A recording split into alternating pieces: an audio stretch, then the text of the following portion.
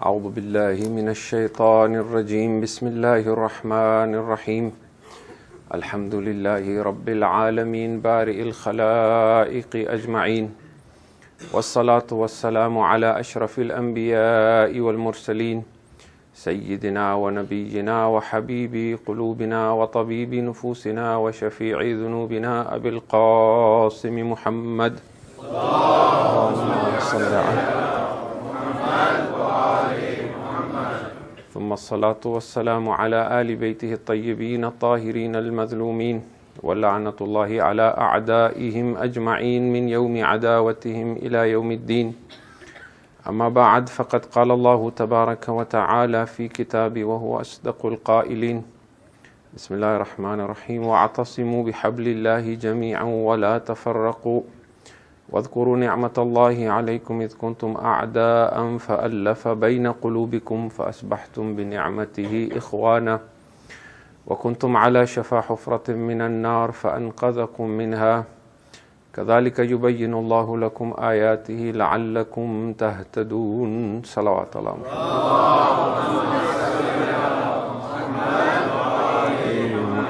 محمد. Last night we began discussing the climate in Madīnah just before and soon after the passing away of Rasulullah sallallahu alaihi wasallam. Allahumma salli ala Muhammad wa ali Muhammad. Having discussed first how the Shia emphasize the role of the Ahlul Bayt alayhimus salam and how they seek to prove it from the Quran, we said we will then now look at how history played out in the absence of the Ahlul Bayt alayhimus salam. Now before we get into this subject tonight, I just want to tie a few loose ends from what we said previously. One was the fact that I mentioned that Ibrahim alayhi salam had prayed to Allah that just as he was submissive to God, he wanted from his descendants an ummah that would be as submissive as him. A question that arises from that is that this ummah that Ibrahim was praying for could have been the prophets that came after him, because most of the Anbiya came after Ibrahim alayhi salam. The answer to that is that in those verses, if you notice, and this is not by coincidence, Allah includes Ismail in it. Ibrahim does not say, "Oh Allah, make me Muslim to you, submissive to you." He says, "Make me and Ismail, Rabbana ja'alna muslimayni lak," both of us. And then when he asks for progeny, he doesn't say وَمِن ذُرِّيَّتِي, he says وَمِن ذُرِّيَّتِنَا ummatan, from our dhurriya. Now when you look at the prophets and the Anbiya who came, all of them, or the majority, came from the descendants of Ishaq, not from the descendants of Ismail. So all the Anbiya, Musa and Isa and Zakaria and Yahya and Yaqub and Ishaq and Yusuf and Yunus alayhimus salam, they were all descendants of Ishaq. And these came to be known as from the Banu Israel, who were the Jews. The Arabs came from Ismail, and the prophets from Ismail are very few. Some count them as being only 4. They count Ismail himself and the Prophet Hud and Saleh and Rasulullah sallallahu alaihi wasallam. Allahumma salli ala Muhammad wa ali. Furthermore, in those same set of verses, Ibrahim also says, وَبَعَثْ فِيهِمْ رَسُولٍ, and amongst this community of Meccans, send a prophet here who will teach them the book and purify them. Which Allah responds to in Surah Al-Jum'ah by saying, هُوَ الَّذِي بَعَثَ فِي الْأُمِّيِّينَ رَسُولًا, that He sent amongst them a prophet who purified them and taught them the book. So when Allah answers the prayer, He answers it in full. He is talking about the people of Mecca where He sent a prophet. And therefore we must search for this ummatan muslimatan lak from the dhurriya of not just Ibrahim but also Ismail from these Arab descent. That was one. The other thing is, it was pointed out to me that towards the end of the lecture I mentioned in passing that the Ahlul Bayt alayhimus salam insisted that those who hold authority must be given authority on the basis primarily of being God-fearing, of having taqwa, not of having social standing or having the political acumen. And I mentioned in passing that Amir al-Mu'mineen's policy was, as soon as he got the Khilafat, he asked all the governors from the Umayyads and others to step down and appointed people who were pious. And he was advised against it and told to wait until his government has taken full hold. And in that passing mention, I mentioned Ammar Yasir and I mentioned Salman al-Farisi. So it was pointed out to me that Salman al-Farisi had actually passed away before the time of Imam Ali. As well was pointed out to me that when I mentioned Muawiyah being appointed by the second Caliph in Syria, he was first preceded by his brother Yazid bin Abi Sufyan, who was his brother. Now, all this being true though, it does not change the fact that the Umayyads came to power because they were brought into power by the early Caliphate, and that Imam Ali alayhi salam tried to reverse this by putting in companions whose integrity and piety was of high standing. So when you read Nahjul Balagha, you will see all these letters where he demotes certain individuals and removes them from power and asks for others to come to power. Now, we continue from where we left, and I began discussing some of the policies of the first Caliph, and I won't go into the details of exactly what happened just before the Prophet ﷺ passed away and the whole incident of Raziyat Yawmul Khamis and so on that I have alluded to. I had considered discussing in detail what exactly happened in Saqīfa as well, but again I will just summarize it because I think this is something that we have heard time and time again. There is a Sunni narrative of what happened in Saqīfa and there is a Shia narrative of what happened in Saqīfa. But the strength in the argument of the Shias, and we don't say this because we are Shia, is that the Shia argument is also drawing from sources that would be considered to be Sunni. These are not arguments, the narrative of the Shia is also coming from the same sources, but there are some reports that are being looked at by one group and not the other, and vice versa. In a lot of the Sunni narrative, and this is because the early scholars, in an attempt to keep the community as one and to show that there was no strife amongst the Sahaba of the Prophet, it is very sanitized, for lack of a better term, where it is portrayed that there wasn't so much conflict. And so the narrative is that when the Prophet ﷺ passed away, Umar ibn al-Khattab could not believe that the Prophet had passed away. He was very upset, and Abu Bakr showed up and he calmed him down and he went inside and he saw the Prophet had passed away and he kissed him and he said, "You are dearer to me than my mother and my father." And he went out, he calmed Umar. And this is now a narrative that I have taken from a very popular book called Muhammad by Martin Lings. And this book was a bestseller. It is written in a very narrative style. And very strangely, to us at least, he says Ali just withdrew to his house with Talha and Zubair. So when the Prophet passed away, Ali just went and withdrew to his house. And all the Muhajirun now gathered around Abu Bakr. And they found out that the Ansar were at a place called Saqīfa Banu Sa'ida. The Ansar were two major tribes, Aus and Khazraj. And so very nicely the Muhajirun followed Abu Bakr and they went to this Saqīfa, and the Ansar began speaking and presenting their case. And Umar wanted to speak, but Abu Bakr gestured to him and told him, don't say anything yet. And then he stood up and spoke. And he said to the Ansar that, look, the Prophet was from the Quraysh and people will not accept anyone except one who is from Quraysh. The Ansar began saying, then why don't we choose one leader from us and one leader from you? To which Abu Bakr then said that you cannot have two swords in one sheath. This is not going to work. And then he took the hands. Now there were two dominant individuals who had gone to Saqīfa with Abu Bakr. One was Umar and one was a man called Abu Ubaidah. Many of you have not heard of Abu Ubaidah, but if you read the history and what happened at Saqīfa, he played a very dominant role. The scholar Wilfred Medlung, to whom I will refer to very frequently tonight, in his very, well-known book, Succession to Muhammad, he says that after Umar passed away, the third Caliph would have been Abu Ubaidah. But Abu Ubaidah passed away before Umar did. So, and he says they were very close. So, Abu Bakr then took the hands of Abu Ubaidah and Umar. And he said to the Ansar, I give you a choice between these two individuals, Umar and Abu Ubaidah. Select one of them as your Caliph. Then Umar objected and said, don't you know that the Prophet ordered Abu Bakr to offer prayers in his illness? And they said, yes. Then he said, then who amongst you would dare to take precedence over him? Then he took hold of the hand of Abu Bakr and said, I pledge allegiance to him. And Abu Ubaidah did the same. And then the Muhajirun one by one began doing bay'ah. And then the Ansar did that one by one. And then the next day, Abu Bakr led the Fajr prayers and he sat on the Prophet's pulpit. And then Umar rose and said, the best of you, the companion of the Prophet, Thani Athnain, the second of the two in the cave, pledge allegiance to him. And everybody pledged allegiance as a group.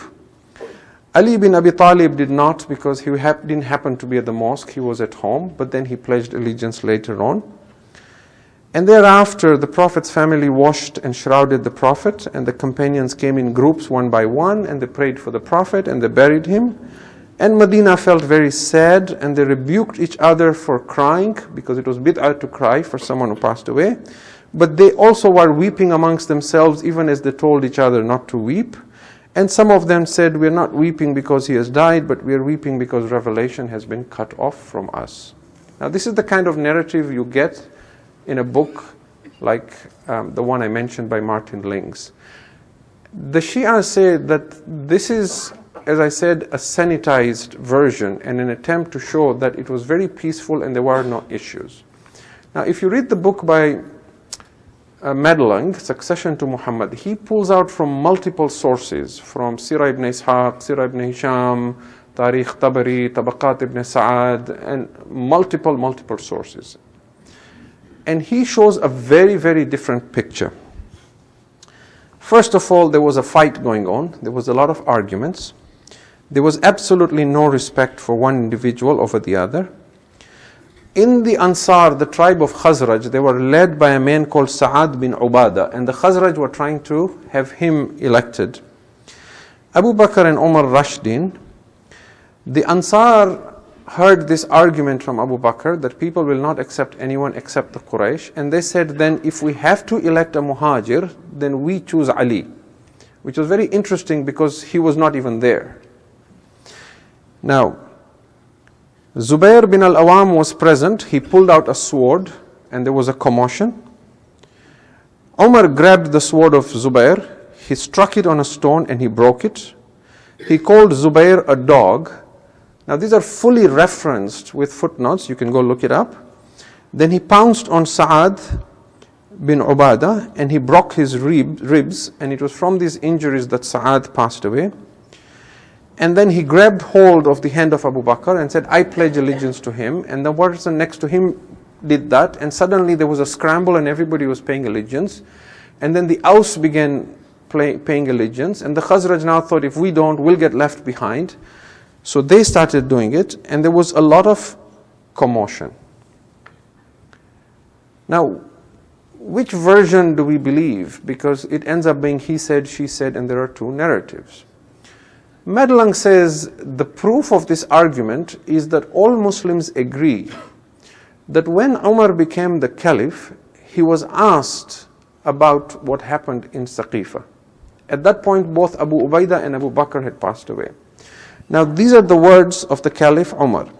He said, Wallahi inna amra bay'ata Abi Bakrin kanat faltatin.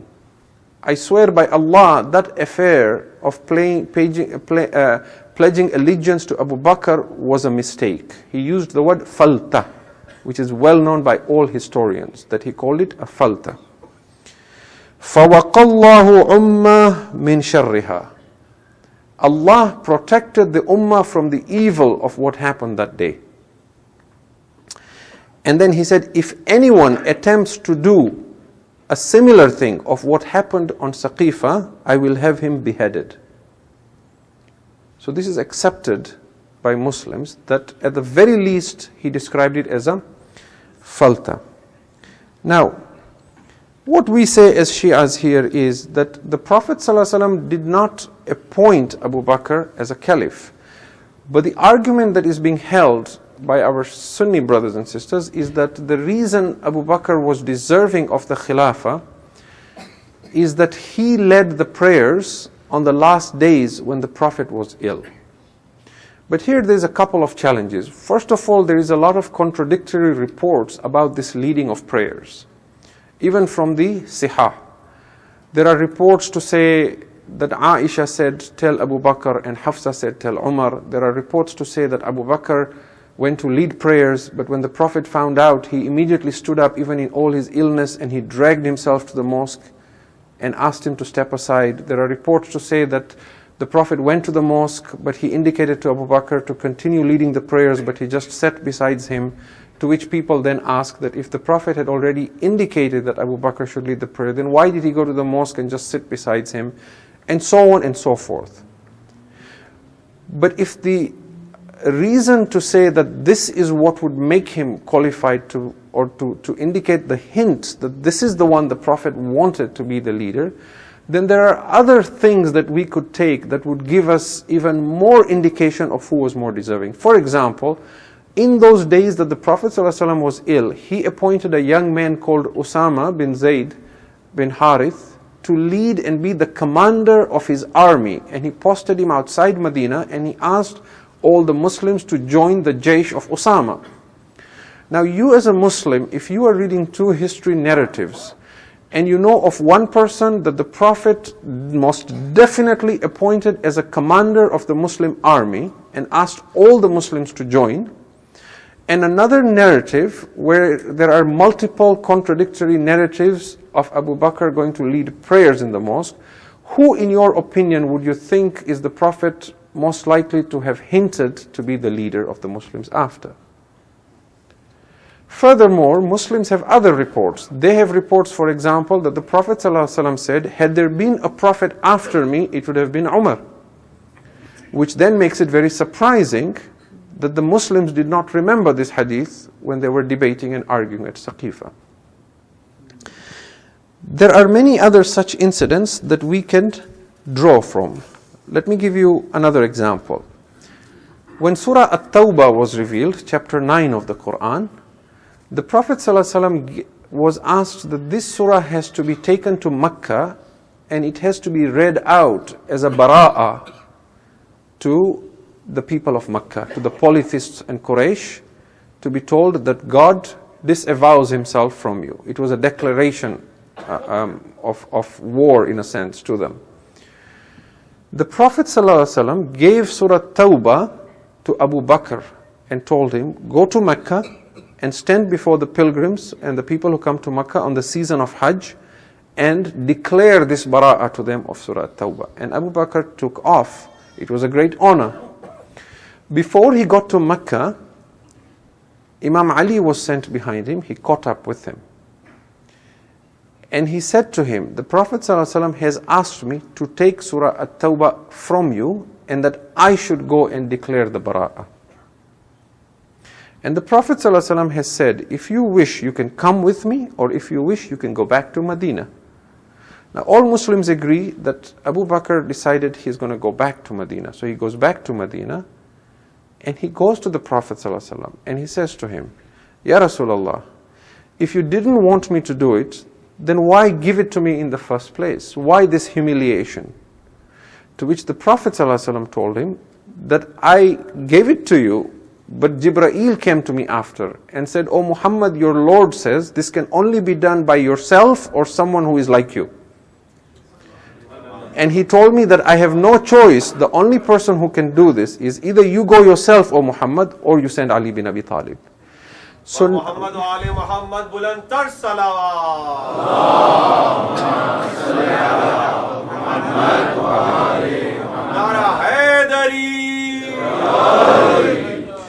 From this, what we could argue, our case in defense of Ali bin Abi Talib, is to say that, look, even if the Prophet himself wanted to give Abu Bakr a representation to be in his place, Allah intervenes. You see, so there are so many ways in which you can argue, and what I'm trying to say is that the mere fact that Abu Bakr led the prayers when the Prophet was ill, amongst many narrations that don't all say the same thing consistently, cannot be the ironclad evidence to say he and only he was deserving of the caliphate and he was the one the Prophet intended.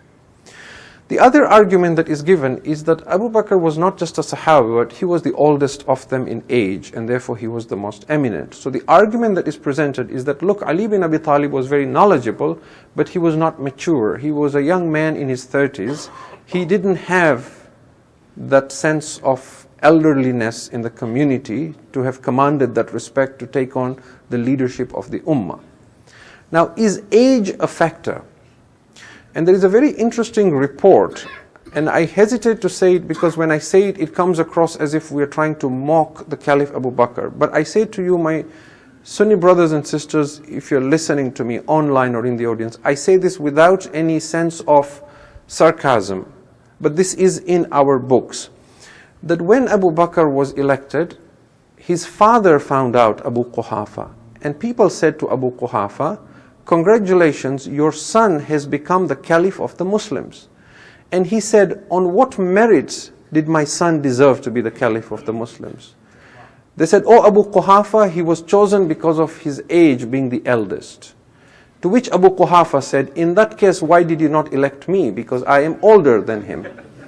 Now this is in our books, which means that you can see that even the father of Abu Bakr is not convinced with such an argument. Does the Quran have a criteria of who deserves to lead Muslims? Yes, it does. The children of Israel at one point were being persecuted, and they were under the leadership of a prophet who was called Ishmael, or in the Bible, Samuel, I believe. And they came to the prophet and said, ask Allah to appoint for us a king who will lead us in war against our enemies. So the first thing we learn is that in the Sunnah of Allah, as handed down to the children of prophets and all, is they knew that if you need a leader, it is only God who appoints. You do not choose one amongst yourselves. So the Prophet says to them, perhaps you might not fight, you might not accept it. They said, no, why would we not go and fight when our women are oppressed and our children are oppressed and our old are oppressed and so on. So he prays to Allah, and Allah says, tell them, your leader and king will be Talut. Now Talut was a very poor man, he was a shepherd.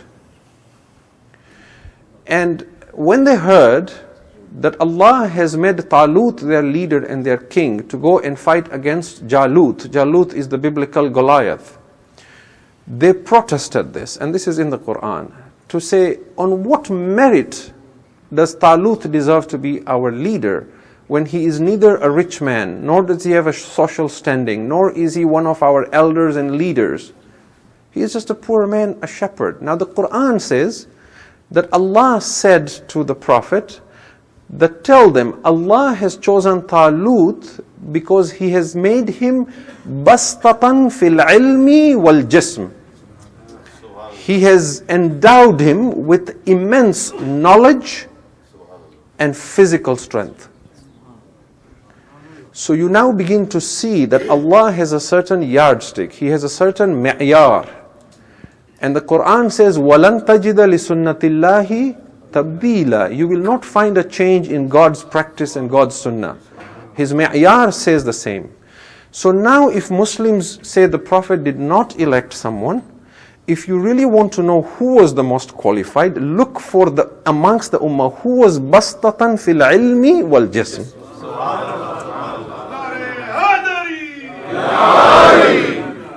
Muhammad wa ali Muhammad bulantar salawat. Allah. Muhammad wa ali Muhammad. Hadri.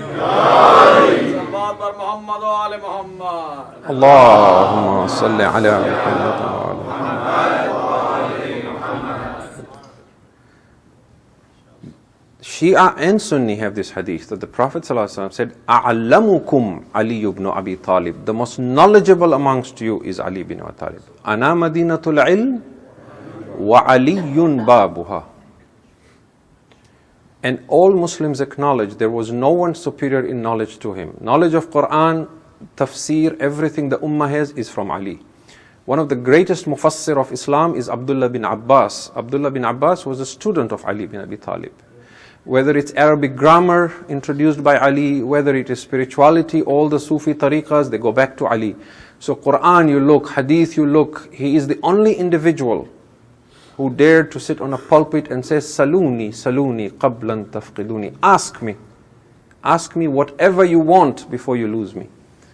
Right? So, he is the most knowledgeable. Then when it comes to courage and prowess and strength and physical strength, look at the history of Islam and give us the name of anyone who had more shuja'ah than Ali bin Abi Talib. So, it becomes very clear. Now, in the interest of time, we move again. Let's make a few comments about Ghadīr.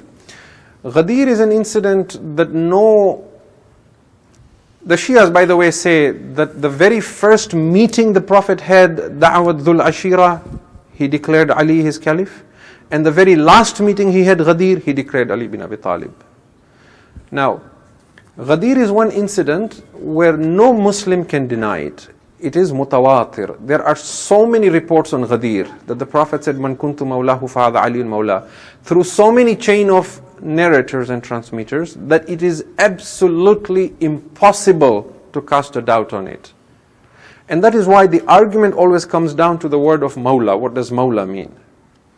But the Muhaddithun will tell you, you have to be insane or an absolute liar to suggest that Ghadīr never happened. It absolutely cannot be denied. Books have been written in volumes with all the chain of transmitters. Now, I just want to ask a few simple questions as food for thought. There is all this discussion, what does Mawla mean? Mawla means friend, Mawla means that. The Prophet sent Ali to Yemen before Hajj, and the people of Yemen were not happy with the way he distributed wealth, and therefore the Prophet had to declare that don't be upset with Ali, and whoever is the friend of me is the friend of Ali, and all that. Okay, simple questions. Muslims say that when the Prophet, the reason he stopped at Ghadīr is because chapter 5 verse 67 was revealed, in which the Prophet was told, Balligh ma unzila ilayk, that deliver, O Prophet, what has been given to you. Now that verse is very interesting. It says, if you do not deliver what we ask you to deliver, فَمَا بَلَّغْتَ رِسَالَةً, then it is as if you have not conveyed any of his message. So our question is, what was it that was so important that Allah had to use such a stern language to his Prophet, and he has never used such language anywhere else in the Quran? Was it to tell the Muslims to pray? That was done. To fast? That was done. What was it? And then the verse goes on and says, Wallahu ya'asimuka minan nas. And don't fear, Allah will protect you from the people.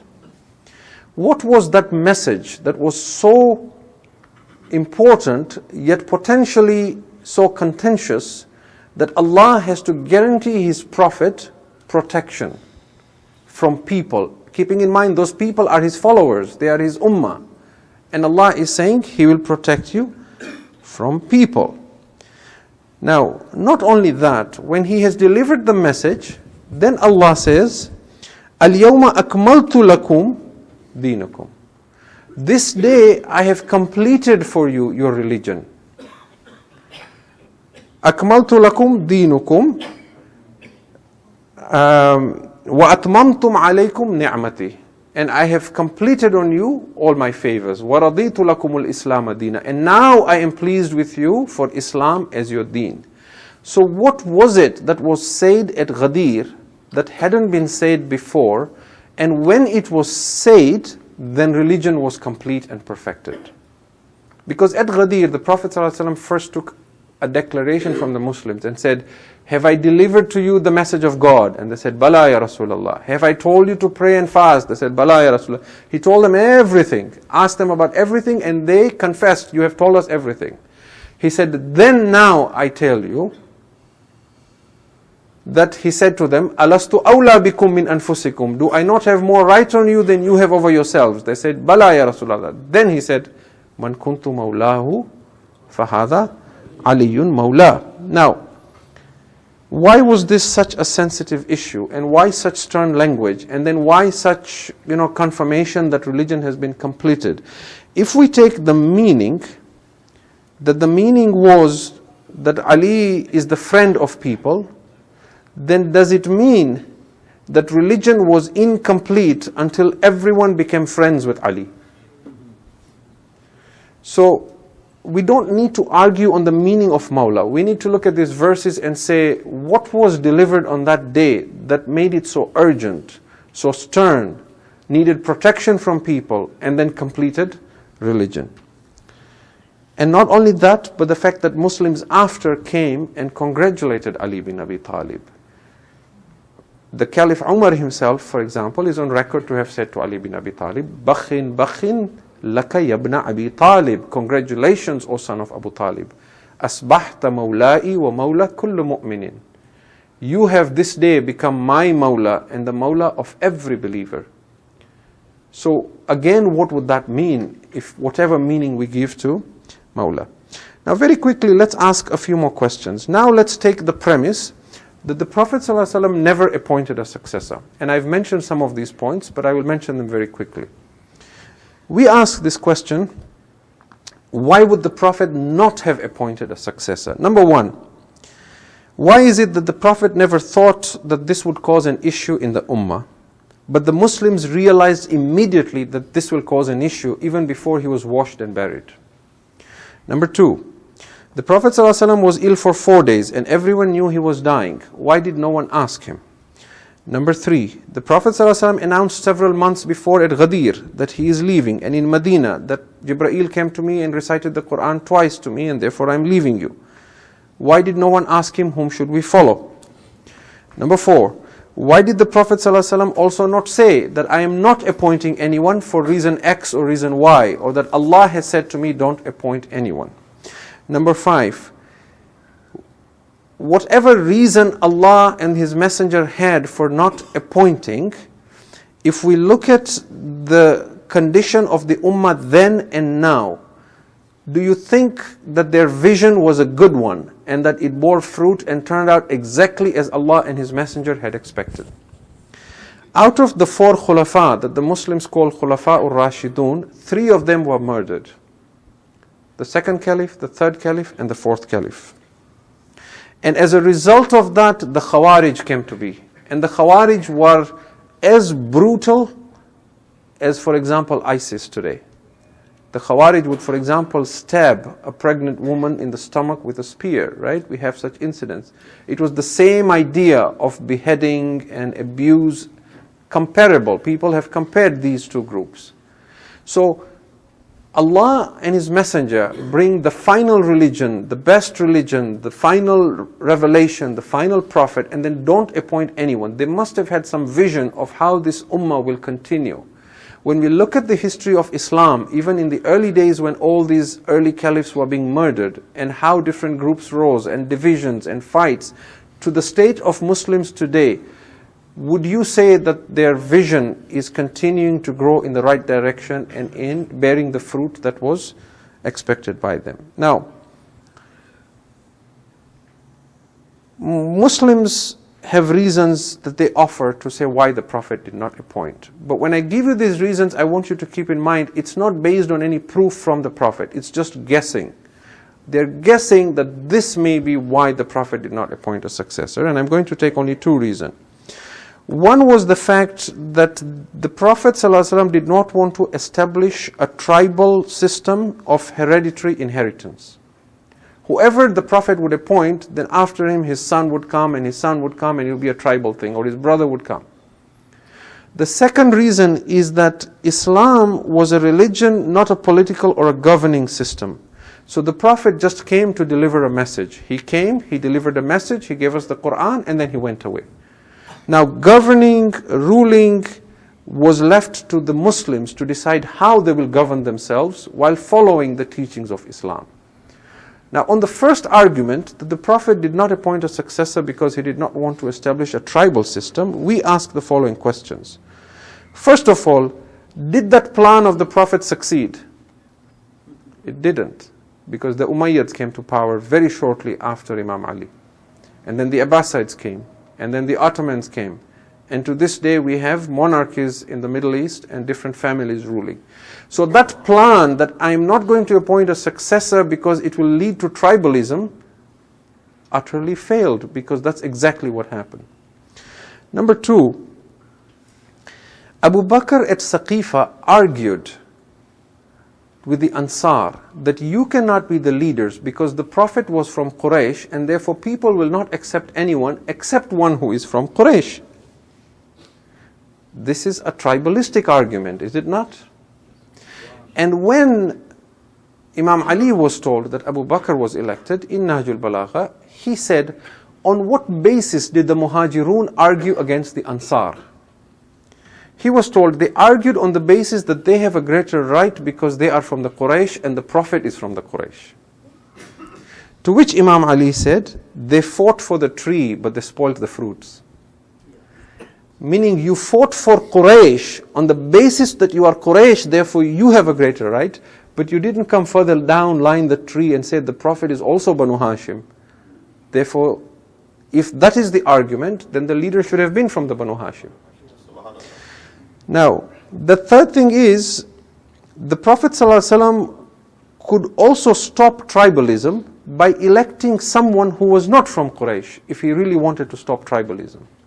But he didn't do that either.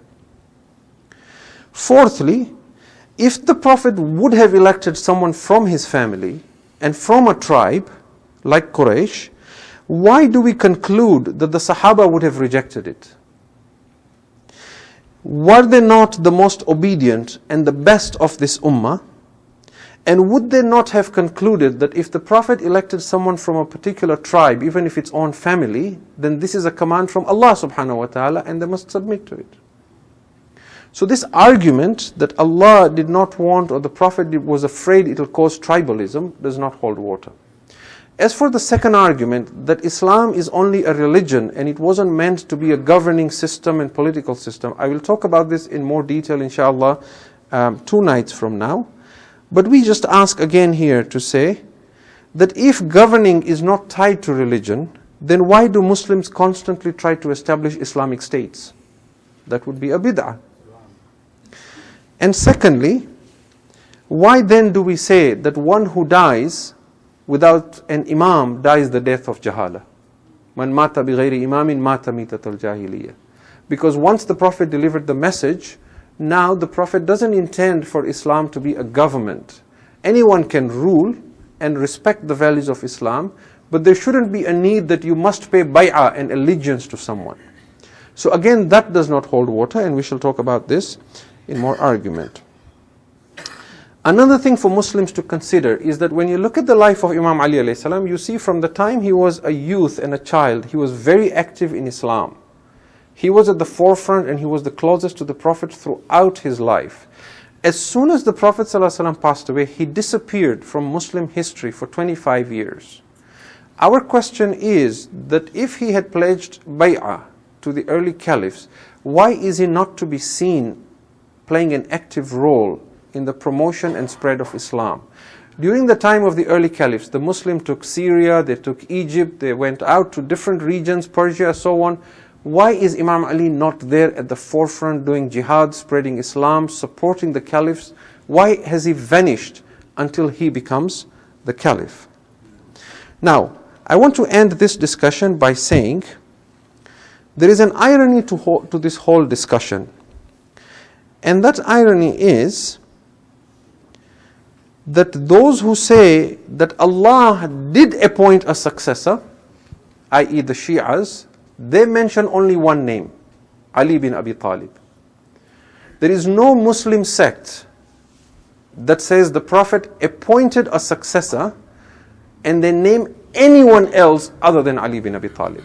Anyone who says the Prophet did appoint a successor, he only mentions or she only mentions Ali bin Abi Talib. So if we go on the basis that the Prophet did appoint someone, the only name that is given to us is Ali bin Abi Talib. And those who say that the Prophet wanted the Muslims collectively to decide who should be their leader, when we look at the history of all the Khulafa, there is only one individual that was collectively selected by the Ummah, and that was Ali bin Abi Talib. Abu Bakr was elected by a small group in a closed door meeting. Umar was elected by Abu Bakr on his deathbed. Uthman was elected through a shura. Ali bin Abi Talib was not elected by one or two or a group. The whole Ummah thronged him and insisted, and for 3 days he kept them on hold, and they did not leave his door until he accepted to be the Caliph. After him, no one was elected like this. Not Muawiyah, not Yazid, not anyone else. Which therefore means that if the Prophet wanted to elect someone and he did appoint someone, that was Ali bin Abi Talib. And if the Prophet wanted the Ummah collectively to get together and appoint someone, then the only person the Ummah ever elected was Ali bin Abi Talib. Muhammad wa ali Muhammad salawat. So whether you believe the Prophet elected someone or didn't elect someone, your only candidate is Ali bin Abi Talib. Food for thought. Now, we come to the history of the Khulafa, which was what I really wanted to discuss tonight. And what I want to do here is not essentially make a laundry list of all the things the Shia object to with regards to the early Caliphs and basically say this is why we distance ourselves from these Caliphs and this is wrong and this is wrong and this is wrong. In fact, where I can, I want to give them the benefit of the doubt and say perhaps this is what they were trying to do. But the reason for narrating this is to say that when the Ummah left the door of the Ahlul Bayt alayhimus salam and they decided choosing whoever they thought was the most fitting, sincerely or for any other reason, because these were fallible beings, the decisions they made not only caused harm to the Ummah at the time, but there were downstream effects of that which Muslims now pay the price for even today. Tomorrow I will discuss the history of Muslims at a much later phase, not in the early Khilafah. And then day after, inshallah, on the night of Ashura, I will talk about the challenges that Muslims face today, Shia and Sunni. And again, you will see that some of this is left over through decisions made by those who led Muslims in the early stages. What I have done is, I have picked and categorized 3 major issues that the Shias highlight with each one of the 3 caliphs. I don't need to discuss issues related to the Umayyads and Abbasids because the crimes and the tyranny of the Banu Abbas and Banu Umayyah is there before all the Muslim Ummah. The point where Muslims have a lot of polemic arguments and where there is a lot of sensitivity and where unfortunately we don't have respectful discussions is around the issue of the Khulafa al-Rashidun, the first 3 caliphs that the Muslims call Khulafa al-Rashidun. And this is where it is very, sensitive, and the discussions is walking on eggshells to be careful not to offend anyone, or it is done in a reckless manner that causes more harm than good. So I want to be respectful, but I want to highlight the issues. So I've picked 3 major aspects. With regards to the Khilafah of the first Caliph, Abu Bakr, I have already mentioned actually these 3 things, but I just want to mention a few points on them. The first issue that Shias found to be problematic is the fact that the Prophet ﷺ had fortified and built strength with the Ansar and the Muhajirun in Mecca. And what Abu Bakr did was, as soon as he took power, he brought back the leaders of the Quraysh in Mecca who had just converted to Islam 2 or 3 years before, and in many cases just surrendered really. And he brought them back and gave them positions of power and authority. This completely marginalized the Ansar and took them away from the political scene and shattered that sense of ukhuwa and brotherhood and sincerity and God-fearingness that had existed in Madinah. Now, we need to ask ourselves, why would he have done that? Because he was in Madinah. He was not with the Quraysh who had surrendered and so on and so forth. Wilfred Medlung, and if there's one book you should read through this whole discussion that I'm having on Orthodox Islam, it is this book you should consider reading. Wilfred Medlung's Succession to Muhammad. It's printed by Cambridge University Press. It is a heavy reading, 400 pages plus, small print. If you like that sort of reading academic, it's definitely worth your time. He says that in Saqīfa, the Ansar and Abu Bakr had disagreed on who should be the leader. So the Ansar were not supportive of Abu Bakr even though they gave him bay'ah. The Banu Hashim as well were opposed to him. Now without support from the Banu Hashim and the Ansar and some of the prominent Muhajirun who are close to Ali bin Abi Talib, Abu Bakr did not have the support to carry out whatever he wanted to do with the government that he was putting in place. And therefore, he now needed to reach out to those who had some social standing and some political experience that could help him undertake whatever he sought to undertake. And therefore, he brought in the Banu Makhzum and Banu Abdul Shams from the Quraysh. These were the two most powerful tribes. It is from this Banu Makhzum and Banu Abdul Shams that he brought in people and made them commanders of his army. People like Khalid bin Walid, people like Ikrimah bin Abu Jahl, people like Yazid bin Abu Sufyan, people like Sa'id ibn al-As, and they became initially the commanders of his army when he went after the tribes in the outskirts who were not paying their zakat. You remember I mentioned the Ridda wars, Hurub Ridda.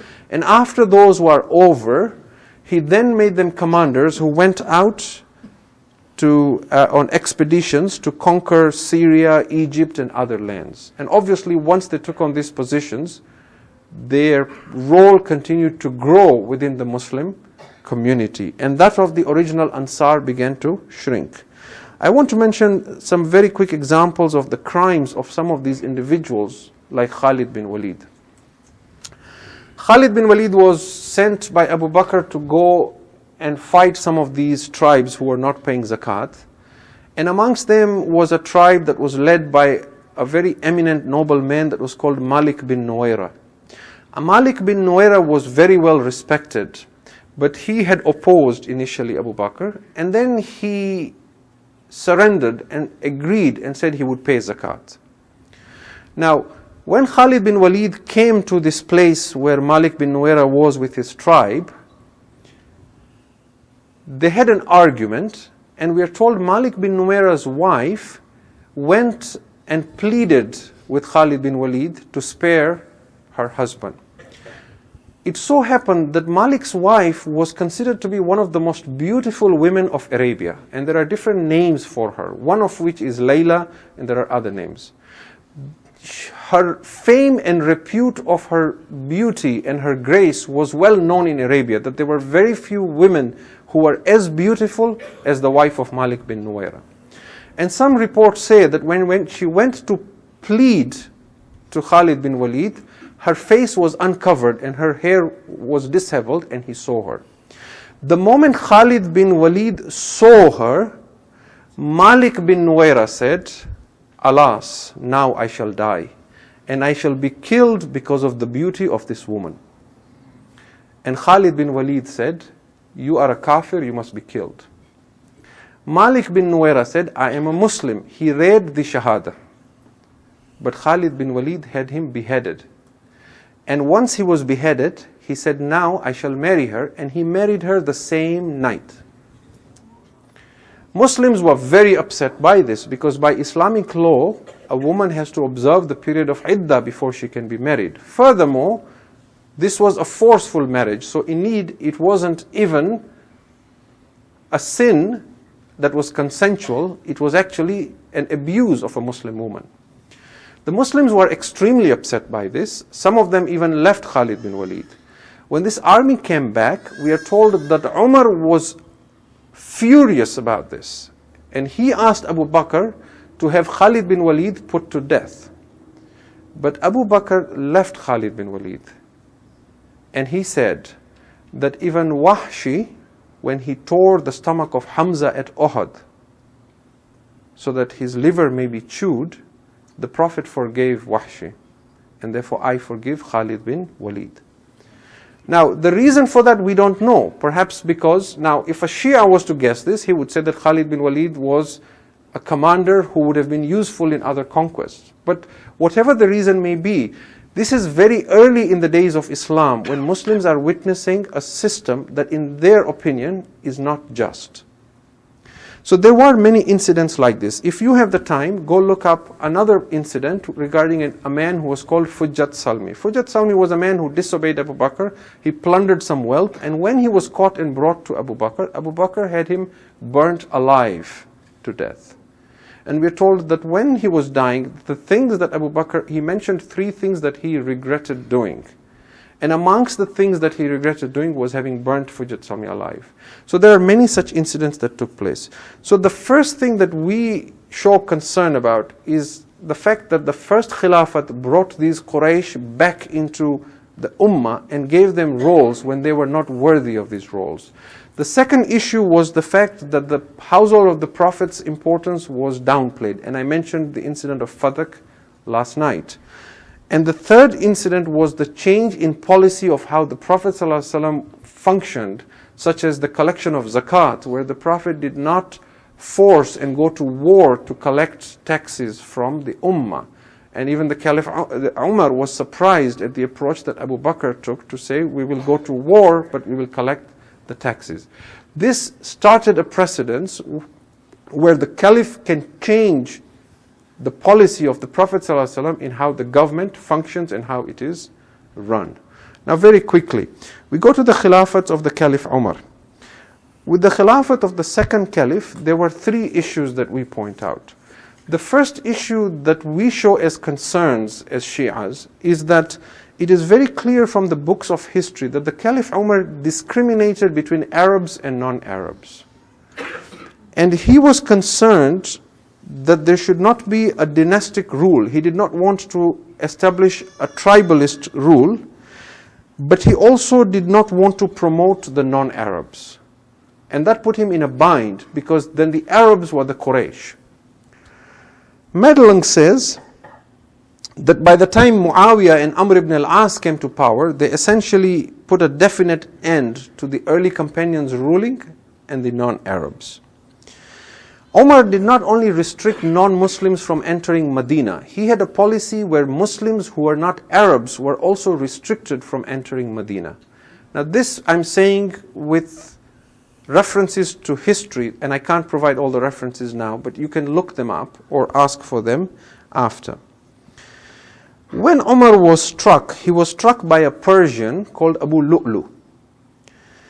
And we are told in the books of history that he accused Ibn Abbas and his father, and he told them, it is because of your eagerness to multiply the Muslims with non-Arabs that this has happened. I was struck by Abu Lu'lu, and he was accusing them that you have encouraged all these non-Arabs to become Muslims, and now look at what has happened.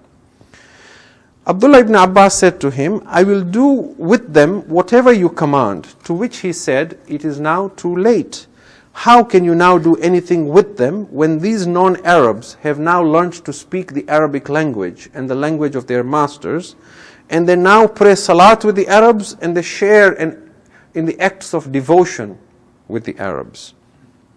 And before he died, he ordered that any Arab who was a slave of the state, they should be freed. Now, some historians say that in fact it was this policy of being against the non-Arabs that infuriated Abu Lu'lu, which is why he attacked Umar. And in retaliation, the son of Umar, one of the sons of Umar, who was called Ubaidullah, is reported to have said that he would have killed any non-Arab that he could find in retaliation for his father's death. Now, I quote a passage here from Madelung. Madelung says, yet it was in reality the Khilafat of the Quraysh conceived and founded by Abu Bakr that in spite of its lack of Quran legitimization, that now became the essential institution of Islam upheld by the Sunni creed. These are his words. He is arguing that the Khilafat that Muslims had was the Khilafat of the Quraysh, that before the Khilafat of the Banu Umayyah, there was a Khilafat of the Quraysh. And this was institutionalized and conceived by Abu Bakr, even though it had no legitimacy on the argument of the Quran. Then he says, Umar's attempt to Islamicize this institution by trying to base it on Quranic principles like the principles of Shura and Sabiqa was doomed to failure almost immediately after his death. Not much later, a dynastic succession came to prevail, and this was a development that Umar had dreaded. The reason for the failure of Umar's reform is easily discernible.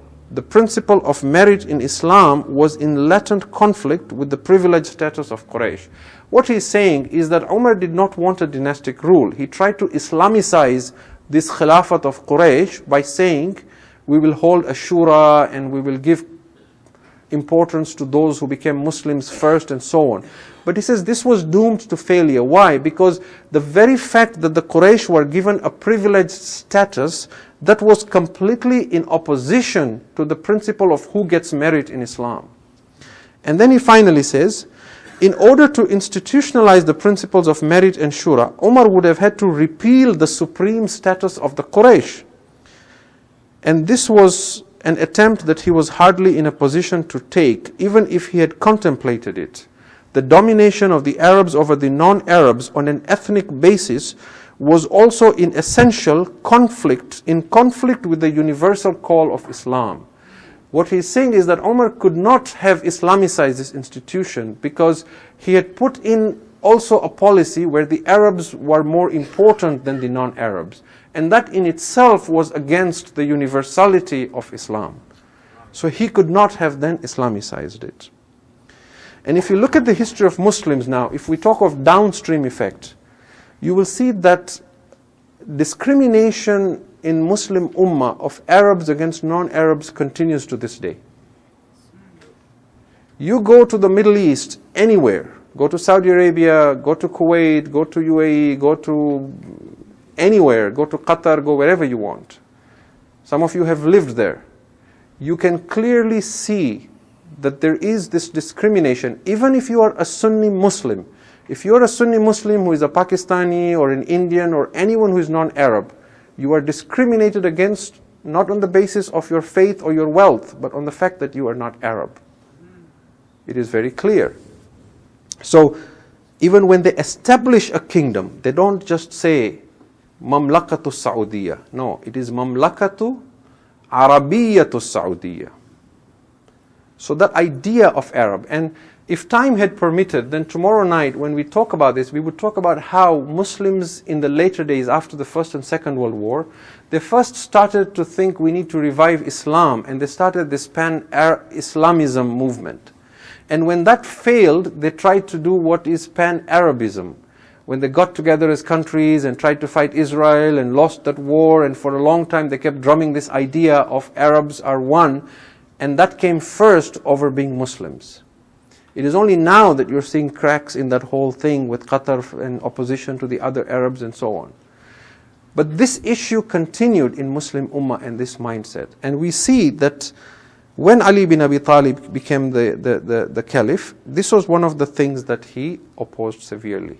Now I want to mention the two other points very quickly with regards to the Caliph Umar. The other thing that is concerning to the Shias is that one of the policies of the Caliph Umar was that he banned the recording of Hadith. And this proved to be a great disaster for Islam. Why? Because Muslims were not allowed to record Hadith, and whatever they recorded was burnt. And for several decades, they did not record Hadith. By the time they woke up to the need that we are losing what the Prophet said and did, and his Sunnah, a lot of the Sahaba were dying. And so now the information was not there. And that created a whole industry where people would take money to write Hadith. And then political parties and governments hired people and paid them to forge Hadith in their interest. The problem of hadith being forged and all this issue of sahih, not sahih, and checking and transmission and ilmul rijal and ilmul hadith, it became a huge issue because Muslims did not record the sayings and traditions of the Prophet in the early days. And we have to be fair and say that this was single-handedly banned by the second Caliph. Now, a well-known Sunni scholar, Professor Muhammad Zubair Siddiqui, who was a professor in Calcutta University, he has a very nice book called Hadith Literature. And in this book, he gives evidence in hadith to say that when the Caliph Umar was not sure, should I allow hadith recording or not, he pondered on it for 1 month before deciding he is not going to allow hadith to be recorded. The Shias have their own story as to why he would not have allowed hadith to be spread, but we will not go into that. But what Professor Siddiqui says is, he says the fact that Umar had to think about it for a whole month is proof that he could not find any authentic hadith from the Prophet forbidding the recording of hadith. And at the end of that, he said, I am concerned that if Muslims start recording hadith and giving importance to it, they will neglect the Quran. And therefore he banned hadith. So again, we can't discuss it in detail, but this was the second issue. The third issue that the Shias have with the Caliph Umar is that the Caliph Umar made many changes to Sharia. And he modified or changed or even made haram things that the Prophet had made halal.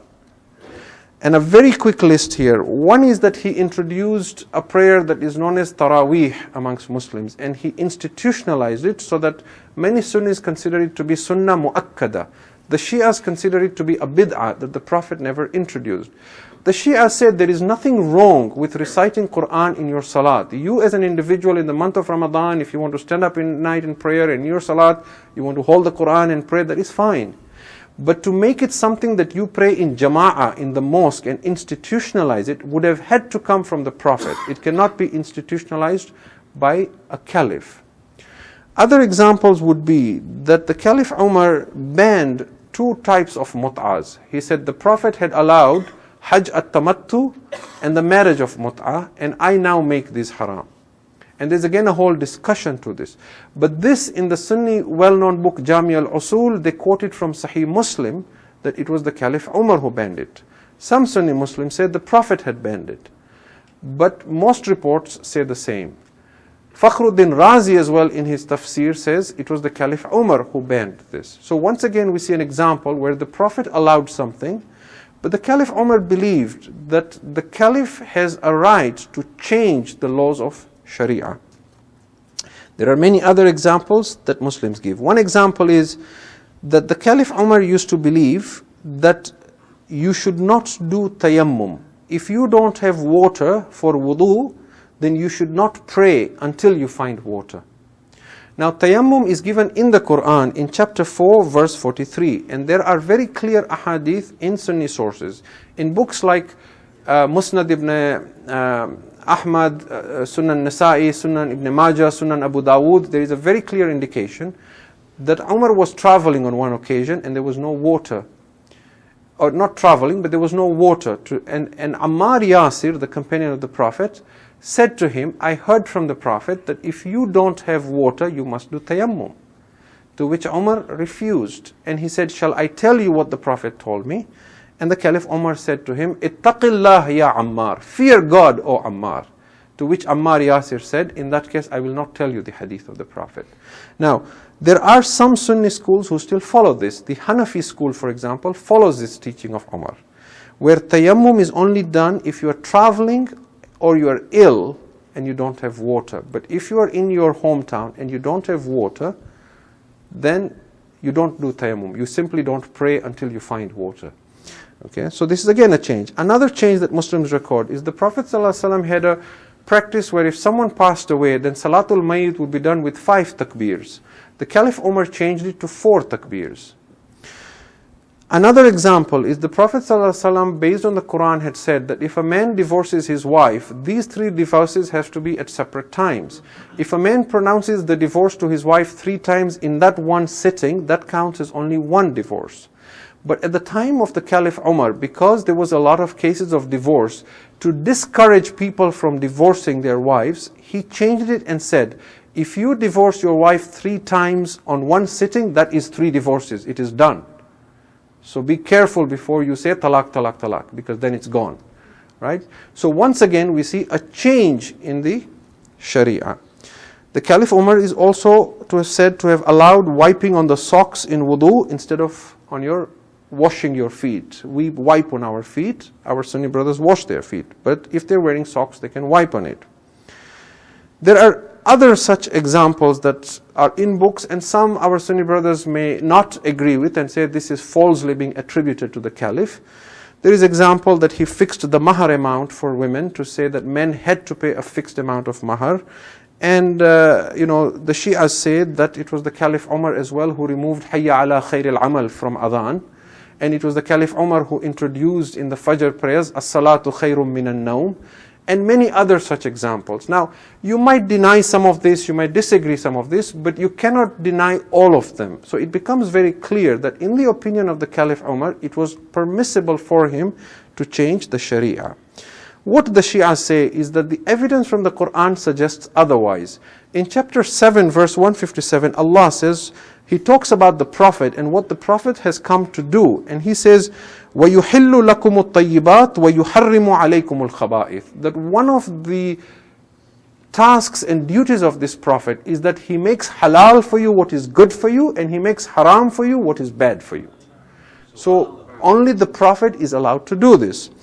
In Surah Al-Hashr, chapter 59, verse 7, Allah says, وَمَا آتَاكُمُ الرَّسُولُ فَخُذُوهُ. Whatever the Prophet gives you, take it. وَمَا نَهَاكُمْ عَنْهُ فَانْتَهُ. And whatever he holds you back from, keep away from it. Now this is Quran. These verses are not abrogated. How then does someone change the Sharia of Muhammad? Furthermore, Sharia actually does not even come from the Prophet. It comes from Allah. He is the Shari', the legislator.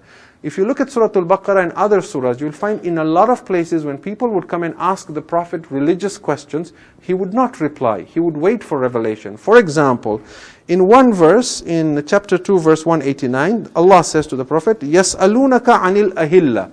They ask you about the moons and how you guide, for example, Ramadan, start and all that.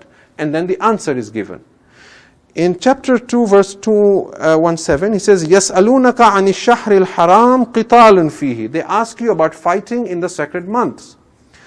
In chapter 2, verse 219, he is told, يَسْأَلُونَكَ عَنِ الْخَمْرِ وَالْمَيْسِرِ. They ask you about gambling and consuming wine. So, in the fact that these verses says, يَسْأَلُونَكَ, يَسْأَلُونَكَ, يَسْأَلُونَكَ, what is it suggesting? It is suggesting that when the Prophet was being asked, he was not telling them, this is my opinion. He was waiting until Allah tells him that, oh Muhammad, they are asking you about this, tell them this. So Sharia then comes only from Allah through His Prophet ﷺ and no one else.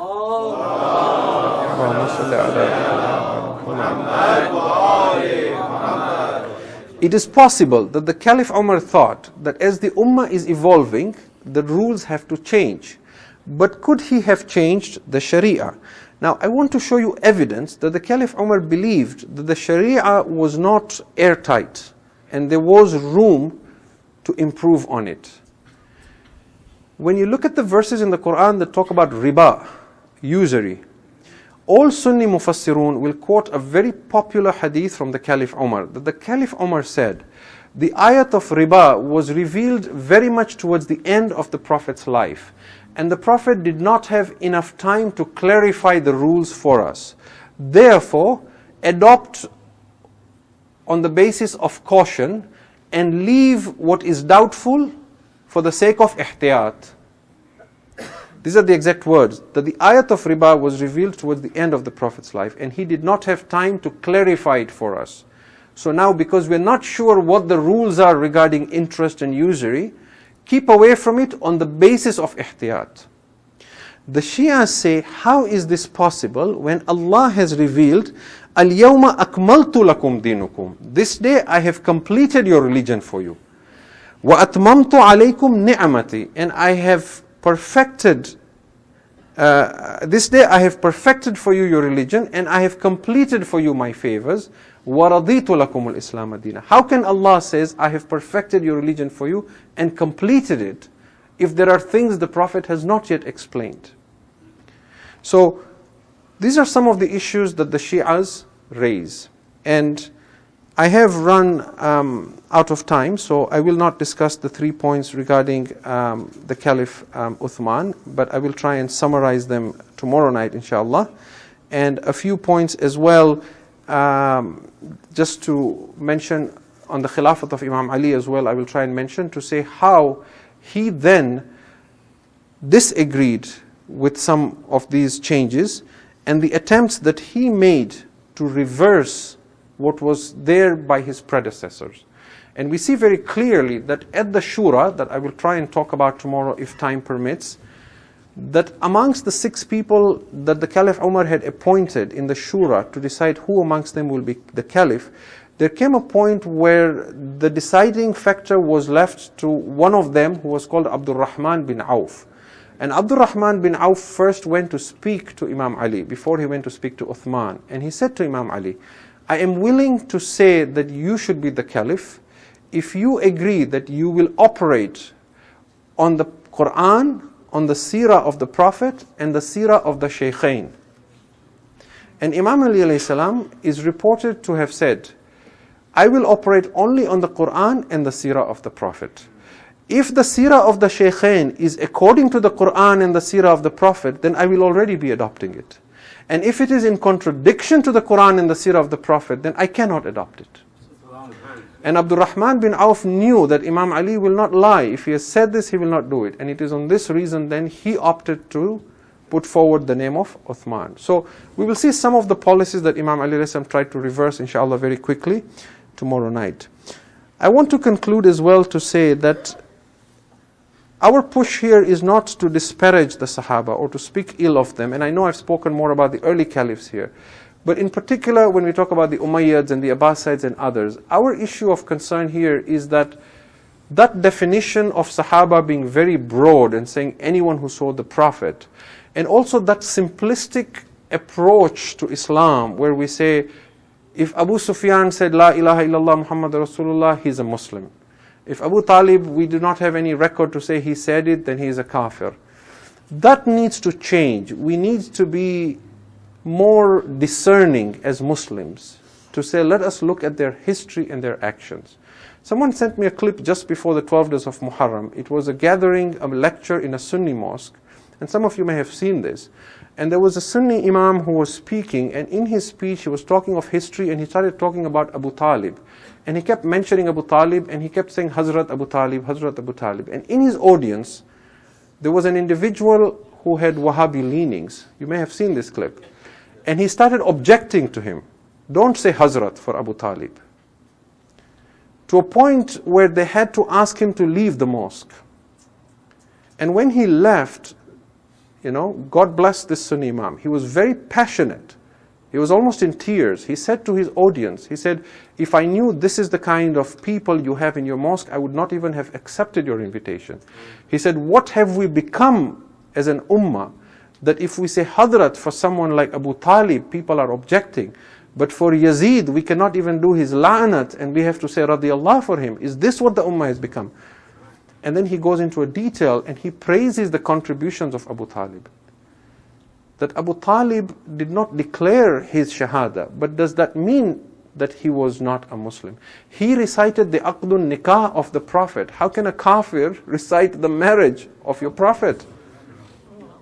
So, to conclude this, one of my sisters sent me a few verses in Urdu that I think is very nice and worth bringing and highlighting this point. That we might say that we have traditions in our books that we can ignore, that vouch for injustices, or having the Prophet say tolerate rulers who are unjust. But when a non-Muslim reads our books, what should we say to them? It leaves a very bad image of our Prophet in their eyes and of Muslims. And if we can change some of this and redefine things like who is Sahaba, what is Sahih, can we judge people by their actions and not just by their face value, then a larger number of people will find Islam to be appealing. Now, these words of poetry in Urdu are actually by a Hindu, and the Hindu's name is Mathur. Many of you may have heard these verses. He says, "Jam pe jam piya aur Musalman rahe." He's talking about drinking wine, and he's talking of the caliphs who came after. "Jam pe jam piya aur Musalman rahe. Qatl imamon ko kiya aur Musalman rahe. Yehi deen hai to is deen se toba Mathur." If this is your religion, yehi deen hai to is deen se toba Mathur. Shak payambar pe kiya aur Musalman rahe. Now Abu Talib. जिसने पाला पैगंबर को वो रहा काफिर, यजीदियों ने कत्ल हुसैन को किया और मुसलमान रहे. This sums up for us that this is how the world looks at us as Muslims. So when I talk about these issues, it is not to divide the ummah, it is not to cause pain to my Sunni brothers and sisters. It is merely to say that this is how the world sees us, and this is the Shia perspective, so that we may have a dialogue.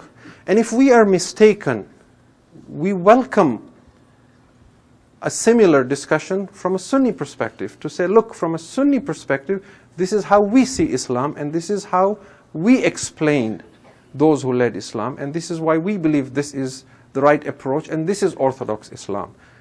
So the principles of Adala and Imama continue to come into play. But we must continue as Muslims to have this dialogue, as opposed to being resentful and saying, you know, this is nothing but a discussion to disparage those that are eminent and those that we look up to.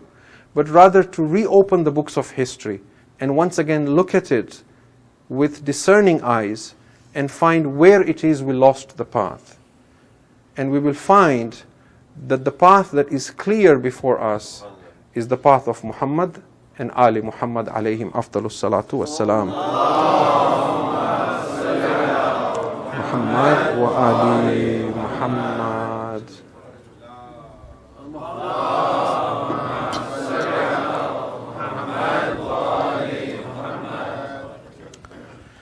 Sallallahu wa sallam alayka ya Aba Abdullah. روحي وأرواح العالمين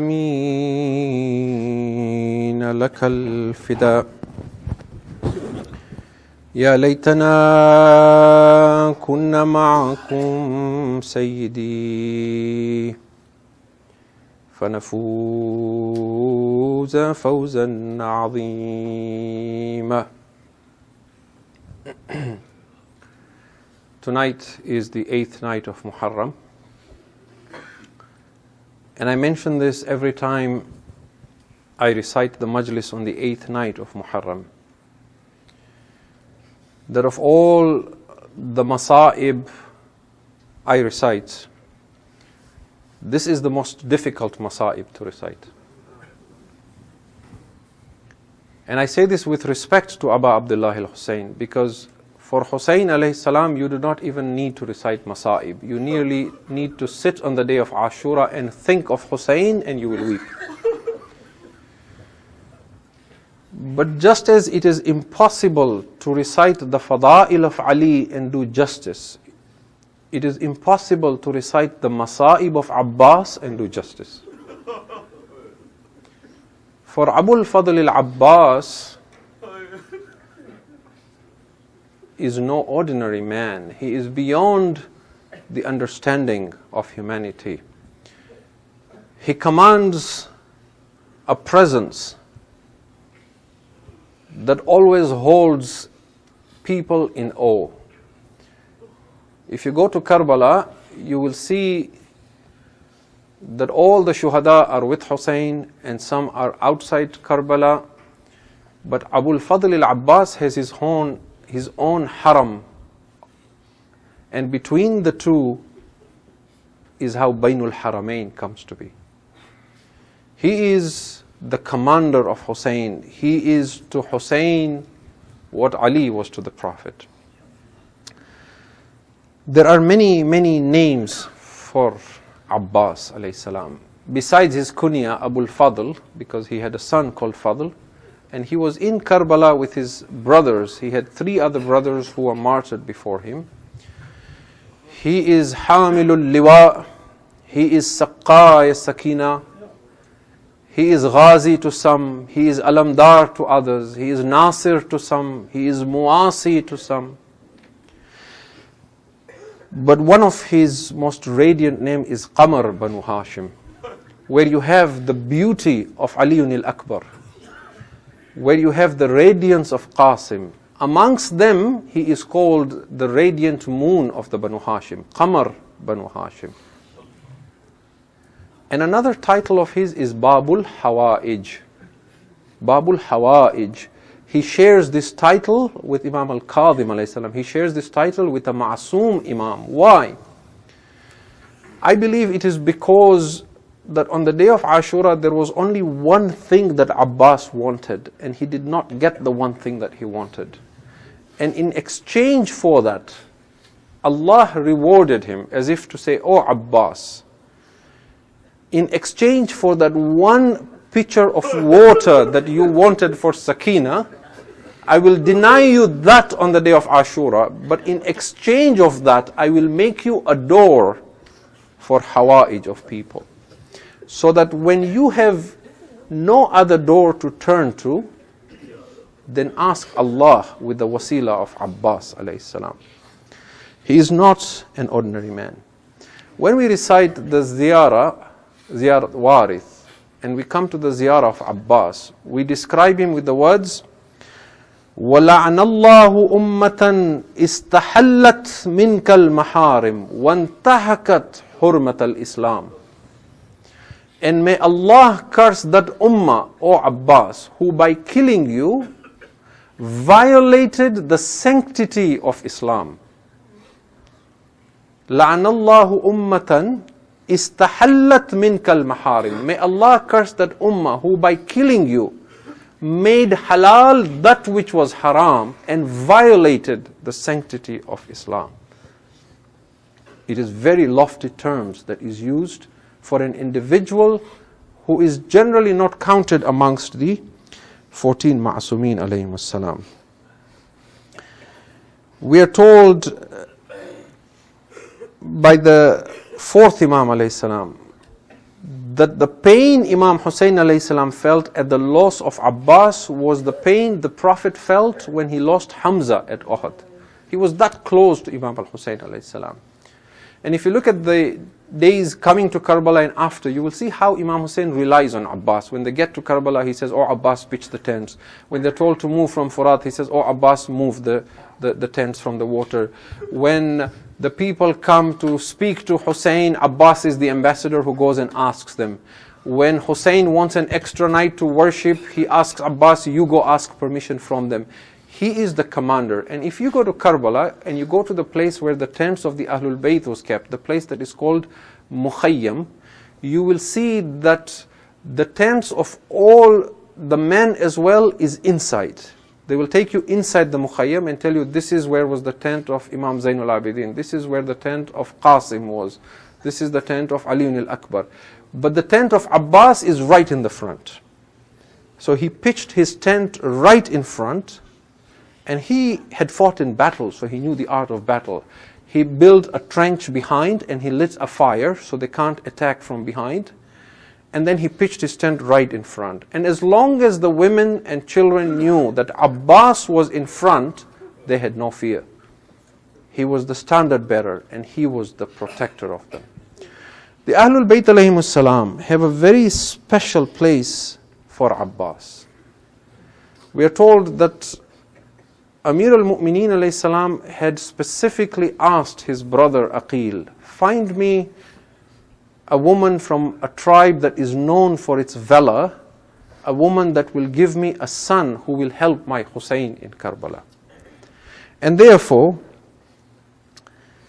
the poet Nayab Halori says, "Abbas tera sani dunya mein kahan mumkin, dunya mein kahan mumkin Abbas tera sani, दुनिया को जो देता है उसने तुझे मांगा है." that, O Abbas, he that gives others, he asked for you. And not only Amir al-Mu'mineen, there are many riwayat that say that Zahra alayhi salam as well, who was not there when Abbas was born, she regards Abbas to be her son. We are told in some of the ahadith of the Imams later on, that on the day of judgment, Rasulullah will ask his daughter Fatima and say, "O Fatima, what have you brought for the shafa'ah of your Shia?" And Fatima will bring the two severed arms of Abbas. And she will say, "These are enough to intercede for all my Shia through all the ages." We are told that there was an alim who once went to the qabr of Abbas, and while reciting ziyarah, he said, "Assalamu alayka ya Abbas, yabna binti Rasulillah." And then he corrected himself. He said, Abbas is the son of al-Baneen. When he slept at night, he saw the mother of Hussein in his dream. She said, "Why did you correct yourself? Abbas is my son." Another alim reports that he used to go for the ziyarah of Hussein 3 times a week and the ziyarah of Abbas once a week. And he saw Sayyida in his dream. She said to him, "O Shaykh, why do you not go for ziyarah of my son?"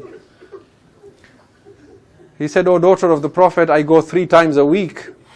She said, "Not Hussein. Why do you not go for ziyarah of my Abbas every time you go for ziyarah of my Hussein?" He is precious to the Ahlul Bayt alayhimus salam. He is precious to Zainab alayhis salam. He is a man who is described for his beauty and his strength.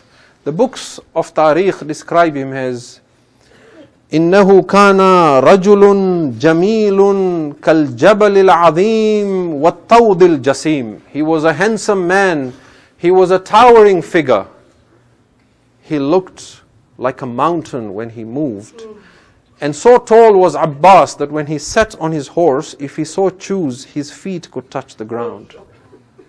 You can see the kind of inspiration the Ahlul Bayt alayhimus salam drew from an individual like Abul Fadl al-Abbas. He was not just a man of such stature, he was a learned man. He was an alim, he was a zahid, he was an abid. One of the historians in Karbala says that there was a man on the camp of Yazid who was extremely good looking. And when I saw him much later in Sham, his face had become deformed. And I said to him, "You used to be a very pleasant looking man. What happened to your face?" He said, "When we came from Karbala to Kufa and Sham, I had the head of one of the men of Hussein tied on my horse. And I carried it from Kufa to Sham. He was a man who was an abid and a zahid and an alim. And on his forehead was the mark of sujood, atharis sujood. And his name was Abbas. And it is because of this that Allah has punished me in this manner." So the enemy is describing him as an alim, as an abid, as a zahid. So he's not simply a brave man waiting to fight. He is a man who has surrendered himself to Allah subhanahu wa ta'ala. Ajrukum ala Allah. I come now to the words of Masa'ib. We are told that Abbas alayhi salam represented the Banu Hashim, but he also represented the whole army. He was the commander of Hussein. And on the night of Ashura, on one occasion, Abbas was on his horse. And the eminent companion of Hussein, Zuhair ibn al-Qayn, saw Abbas and he came to him. He said, "O Abul Fadl, I want to remind you the purpose for which you were born. I want to remind you that your father Ali bin Abi Talib had prayed for you for this day. This is the purpose for which you were created." To which we are told that Abbas was so taken by this. He grabbed the reins of his horse. He pushed his feet on the stirrups until they snapped. And then he said, "Atushajji'uni ya Zubair?" Are you trying to give me shuja'at, O Zubair? wait tomorrow on the day of Ashura, I will show you jihad. But it was not the maslahat of Allah that Abbas should do jihad. It was the maslaha of Allah that Abbas should show taslim the next day. The sun rose on the day of Ashura. Abbas is with Hussein. Abbas is helping Hussein bring the bodies back. He is constantly also asking his Mawla and Aqa, perhaps I should now go for jihad. And Hussein keeps saying to him, no Abbas, you are the alamdar of my lashkar. Oh Abbas, as long as you are there, the women and children feel safe. Oh Abbas, you cannot go for jihad. Oh Abbas, you are the commander of my army. But there came a point when Abbas came and asked his Mawla and Aqa and said, Mawla, perhaps I should now go for jihad. And Hussein said, no Abbas, you are the commander and the alamdar of my lashkar. To which Abbas cried and said, Mawla, where is the lashkar now whose alamdar I am? There is no lashkar left. It is you and I that are left now, Mawla. Hussein does not want this to be a jihad. Hussein does not want this to be a battle. Hussein does not want this to be a reason for the enemies to say Hussein came to take power. If Abbas would go for jihad, history would have been rewritten differently. Hussein says to Abbas that, oh Abbas, I do not permit you for jihad, but the children are thirsty, go fetch some water for them.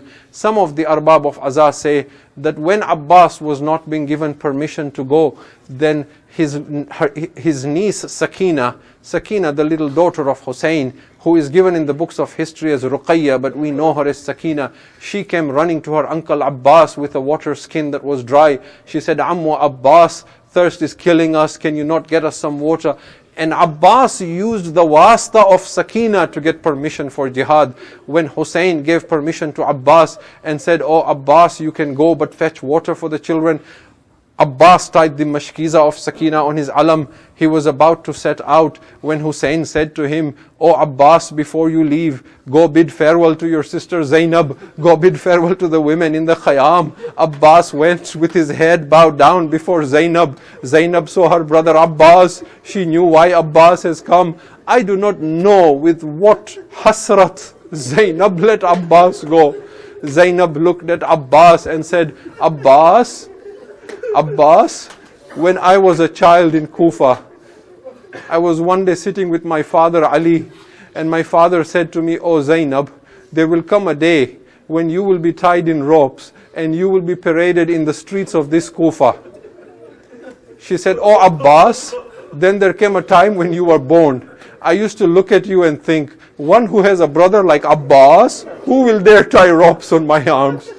Who dares come close to me when I have a brother like Abbas? Oh Abbas, but now I begin to see why this would happen. Go, oh Abbas, fetch water for the children. Now Abbas gets on his horse. Abbas has only one dua on his lips. Ma'bud, help me to bring water for the children of Hussein. Ma'bud, my Saqīfa is thirsty. I just wish to bring water for this girl. Abbas gets on his horse. He begins to race towards Furat. Saqīfa brings all the children outside the tent. Come, oh children, Ammu Abbas has gone to fetch water. You do not need to say Al-Atash anymore.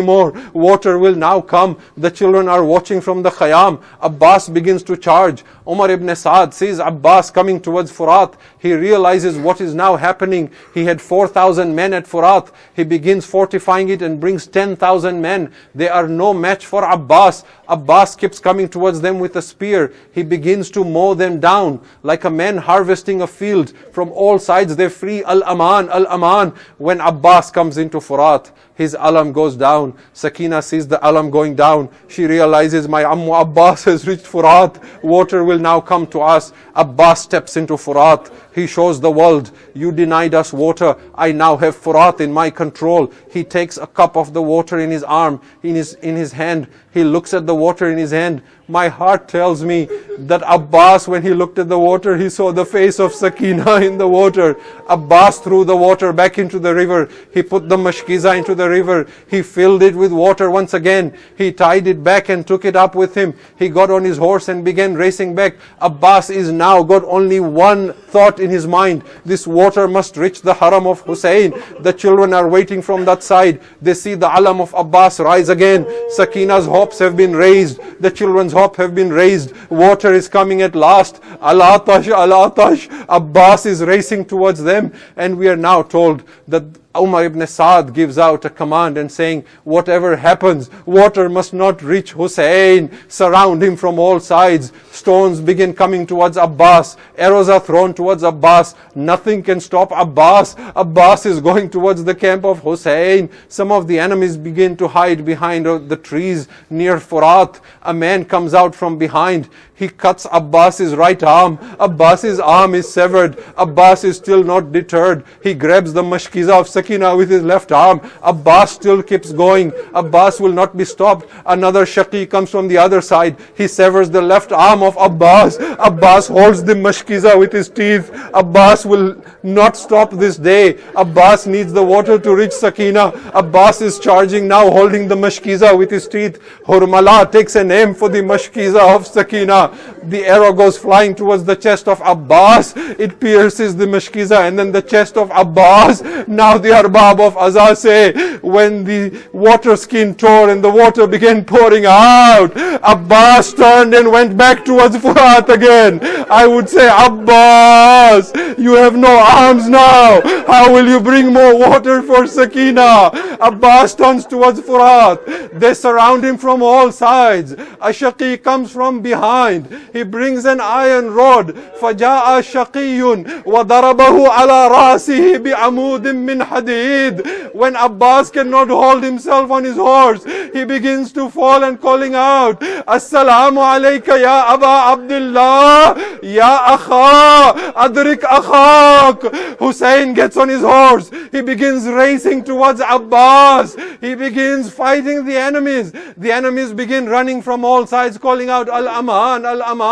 Hussein begins saying to them, Ila ayna tafirrun, wa qad qataltum akhi, wa kasartum dhahri. Where are you fleeing now, O cowards, when you have killed my brother and broken my back?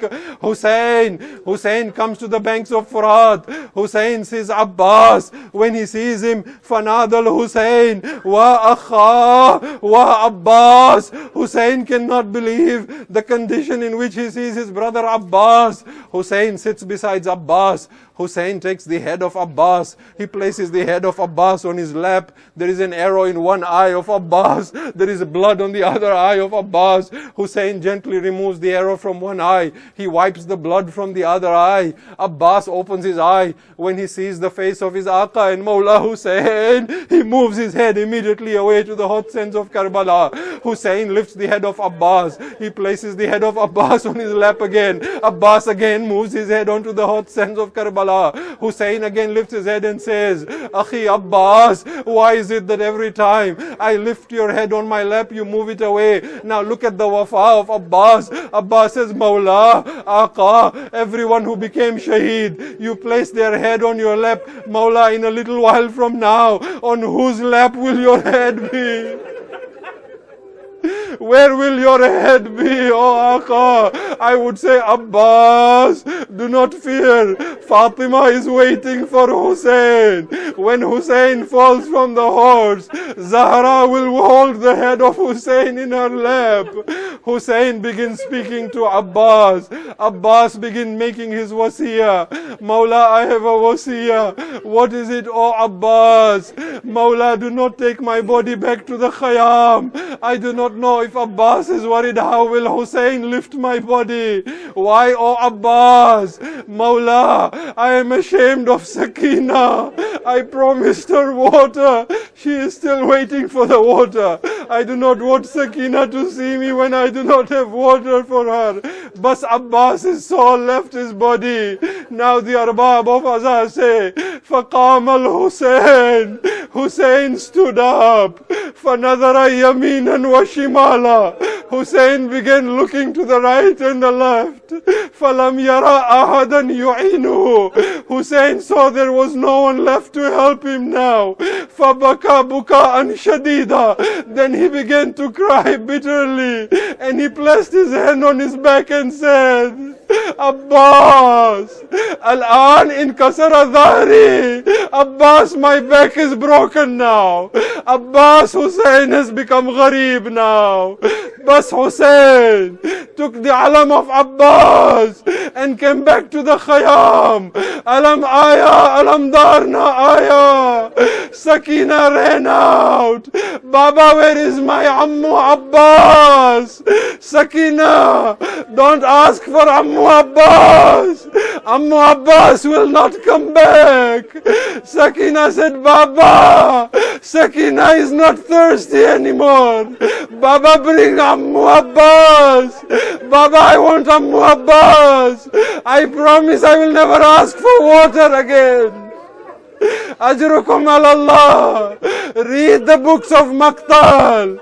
After Abbas, no child cried Al-Atash, but no child stopped crying. Wa Abbasa. Hussein became Shaheed. Everyone cried, Wa Abbasa. The tents were set on fire. The children and women ran from one tent to another crying, Wa Abbasa. Sham-e Ghariba came. Zainab took a broken spear. She turned to Furat and said, Wa Abbasa. Zainab went Darbadar in Kufa. She cried, Wa Abbasa.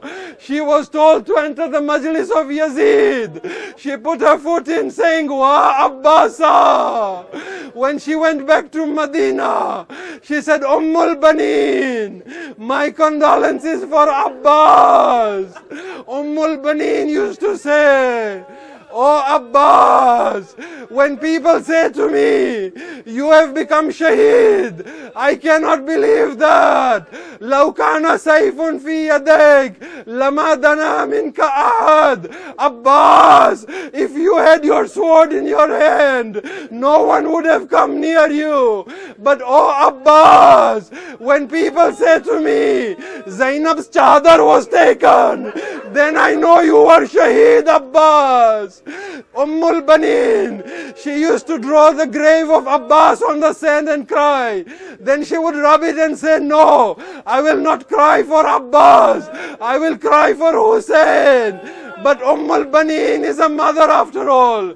She would say to Zainab, Zainab, when they cut the arms of my Abbas, was he still on his horse? Yes, Amma, Abbas was on his horse. Then she would say, Zainab, when someone falls from an elevation, he first extends his arms. Zainab, how did my Abbas fall from his horse? I would say, Zainab, say to Ummul Baneen, Amma, the day after Ashura, my arms were tied behind my back. When I saw the body of Hussein, I fell on Hussein the way Abbas fell from his horse. Wa Abbasa, wa Ghurbata, wa Madluma, wa Husayna. مات من عباس يا حسين